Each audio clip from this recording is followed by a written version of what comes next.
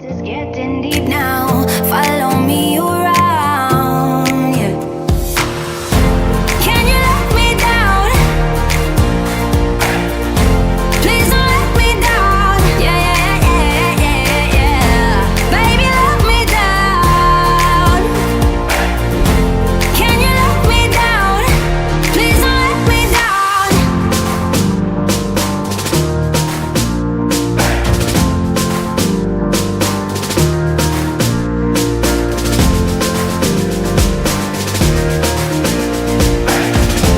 Please don't let me down. Yeah, yeah, yeah, yeah, yeah, yeah.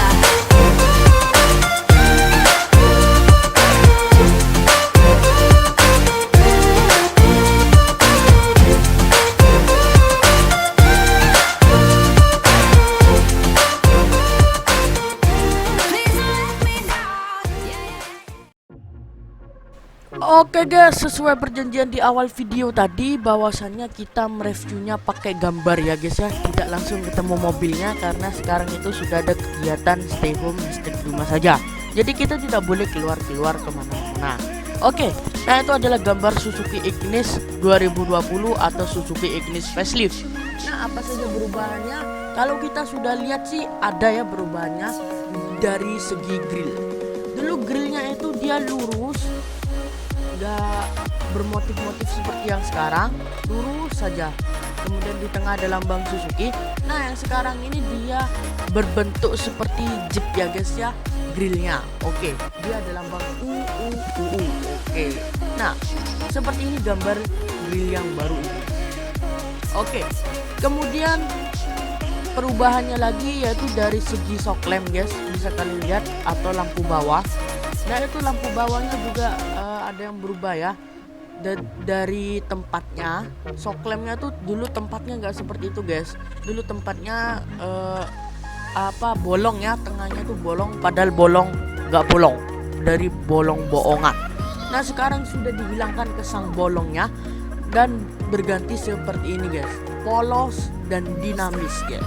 Oke, alright, overall bagus banget ya guys ya, daripada yang dulu itu yang jelek banget. Oke, nah kalau dari segi modifikasinya, dia di kap mesin di atas itu guys, bisa kalian lihat sendiri, itu dia tambahan aksesoris berwarna hitam guys ya. Jadi dia tuh sedikit sangar karena ada aksesoris berwarna hitam. Oke, kita ke bagian lampu yuk. Oke guys, kita sudah berada di bagian lampu guys. Nah itu adalah gambar lampunya, bisa kalian lihat sendiri. Menurut saya sih guys, Suzuki Ignis tahun 2018 atau yang sebelum facelift itu masih sama desainnya, desain lampunya yang sudah facelift guys. Nah masih sama seperti itu saja guys desain lampunya. Untuk lampu DRL nya dia masih pakai LED ya guys ya, yang menyitari lampu jauh dan juga lampu kecil, lampu sen. Kemudian untuk lampu jauhnya dia proyektor xenon ya guys ya, tapi proyektornya masih lampu halogen ya guys ya. Kemudian lampu kecilnya dia masih halogen tanpa proyektor, dan lampu sennya itu dia masih halogen guys. Oke, nah kemudian di dekat lampu itu sebelah kirinya tuh dia ada 3 kotak yang membuat kesan lebih sangar. Kemudian di era lampunya juga dilapisi dengan chrome ya guys ya, hingga sampai lampu berikutnya guys. Oke, ya kita lanjut ke bagian lainnya yuk. Oke guys, sekarang kita berada di bagian samping guys, yang sangat kelihatan sudah perubahannya guys ya di Suzuki Ignis facelift ini adalah dari tampilan body kit guys ya.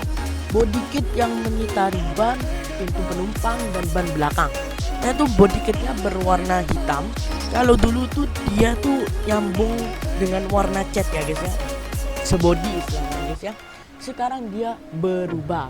Oke, lebih terkesan sangar juga ya guys ya. Nah untuk velgnya sendiri masih sama dual tone 17 inch ya guys ya. Untuk bannya ada di kolom deskripsi bannya. Dan untuk spionnya dia juga berubah guys ya. Spionnya sekarang dia berwarna hitam meskipun di gambar itu berwarna putih, yang aslinya itu sebenarnya berwarna hitam. Saya tunjukkan gambarnya, ini gambarnya. Oke, kita lanjut lagi yuk ke bagian lainnya.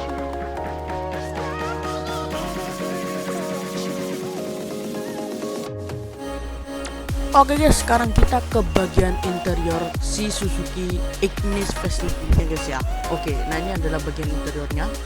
Kalau kita lihat sih bagian interiornya sekarang persis seperti Suzuki R3 yang baru dulu guys ya.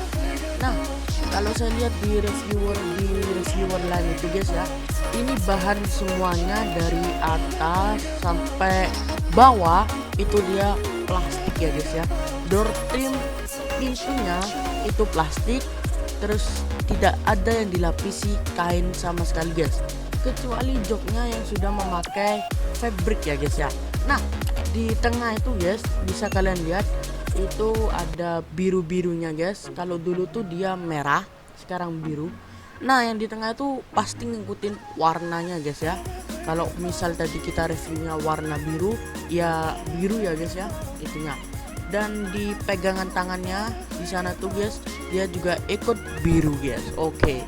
Nah, semuanya di sini bahannya plastik ya guys ya, tidak ada yang diistimewakan banget ya guys. Oke, kita lanjut ke bagian head unit.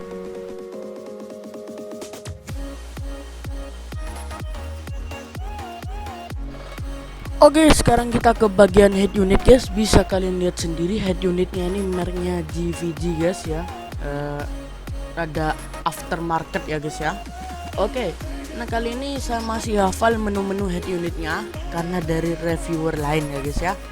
Jadi saya tampilkan gambarnya saja di sini, dan gambarnya ini hanya muncul Suzuki guys. Oke, jadi saya masih hafal menu-menunya.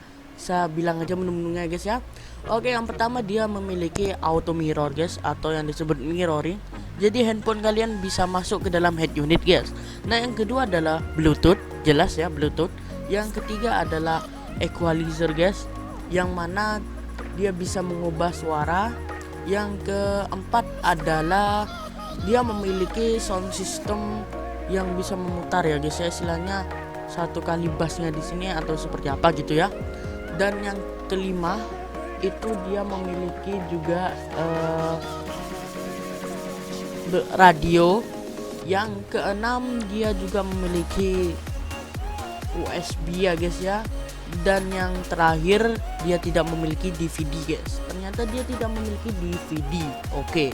Nah, kalau nggak salah seperti itu saja fitur dari head unitnya guys ya. Kalau misal salah boleh langsung komen di bawah ya guys ya. Oke.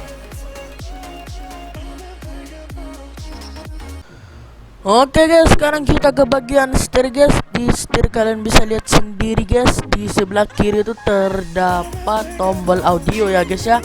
Bisa mengecilkan dan mengeraskan volume, mengganti lagu, dan juga mengganti mode guys. Nah, di bawah tombol audio itu terdapat tombol teleponi ya guys ya. Bisa kalian lihat sendiri. Kemudian tuas bagian kanan itu terdapat tuas lampu malam dan juga tuas lampu sen. Tuas bagian kanan tuh ya tadi ya. Sekarang tuas bagian kiri itu terdapat wiper saja. Kemudian tuas di bagian kanan bawah itu guys, tombol itu guys ya, itu adalah untuk menaikkan dan menurunkan lampu guys ya. Yang tadi tuh pakai proyektor tuh ya guys ya, ternyata bisa dinaikkan dan diturunkan keterangan lampunya guys. Oke. Ya seperti itu. Nah, untuk door trim bagian kanan itu guys, dia chrome ya untuk bukaan pintunya, dan dia sudah auto mirror guys, ngelipet otomatis. Dan juga dia bisa mengatur spion dari mobil guys, tidak usah keluar ya guys ya. Tidak seperti Karimun yang masih ada di luar guys. Oke, jadi seperti itu. Yuk kita lanjut ke bagian lain guys. Oke guys, sekarang kita ke bagian MID ya guys ya. Bisa kalian lihat lingkaran yang besar itu guys, yang berada di tengah itu adalah kecepatan mobil kita atau yang disebut dengan kilometer per jam. Dan yang sebelah kiri itu, lingkaran yang sebelah kiri adalah speed limit kita. Kemudian yang sebelah kanan itu adalah MID multifunction ya guys ya. Itu bisa kalian lihat Nah, saya masih hafal MED multifunction itu memiliki fitur-fitur yang lumayan banyak ya guys ya. Contohnya di Suzuki Ignis ini, dia juga bisa melihat kilometer kita, melihat rata-rata bensin kita, kemudian dia juga bisa melihat trip A dan trip B kita. Oke. Nah, gimana cara mengaktifkannya? Itu kalian lihat sendiri di sebelah kanan tuh ya, kan ada tombol tuh ya, itu untuk mengaktifkan seluruh lainnya ya dari MED multifunction ya guys ya. Oke, dan di MED multifunction ini terdapat menu multifunction guys. Jadi menu multifunction di Suzuki ini sini facelift ya, terdapat ganti bahasa, ganti menu, dan juga menaktifkan dan menonaktifkan fitur-fitur yang ada di Suzuki ini sini. Nah, fitur-fiturnya lumayan banyak, saya tidak bisa sebutkan, mungkin berada di kolom deskripsi ya guys ya. Oke, kita lanjut ke bagian lain.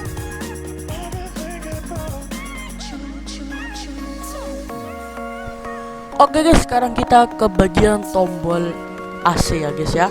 Nah, di tombol AC Suzuki Ignis facelift ini tidak terdapat perubahan kayaknya ya, masih sama saja tombolnya seperti itu. Dia bisa membesarkan dan mengecilkan suhu udara dalam AC, kemudian juga dia bisa mengecilkan dan membesarkan suhu kipas, kemudian juga dia bisa mengganti mode ya guys ya. Mau mode suhunya mau mode AC-nya tuh disemburkan ke kepala, atau juga dia bisa semburkan ke kaki guys. Kemudian dia terdapat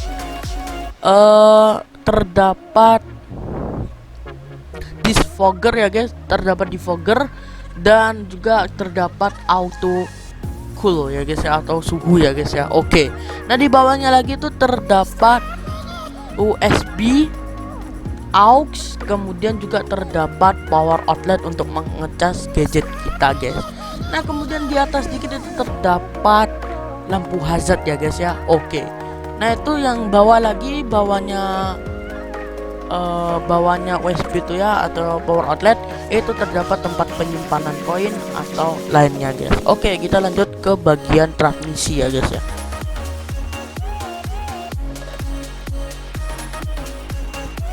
Nah, di bagian transmisi sendiri dia tuh di tengahnya tuh terdapat metal ya guys ya. Kemudian bagian transmisinya dia tuh sudah dilengkapi dengan black metallic ya guys ya.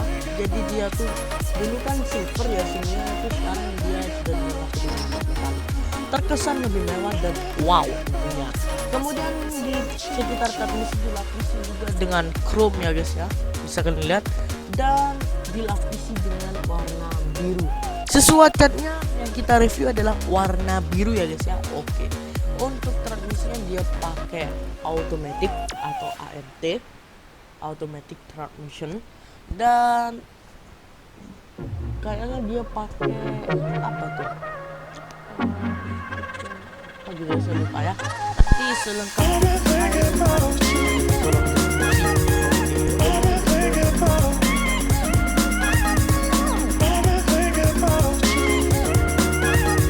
Oke guys, kita ke bagian atas dulu. Nah, di bagian atas ini dia terdapat manual dynamic ya.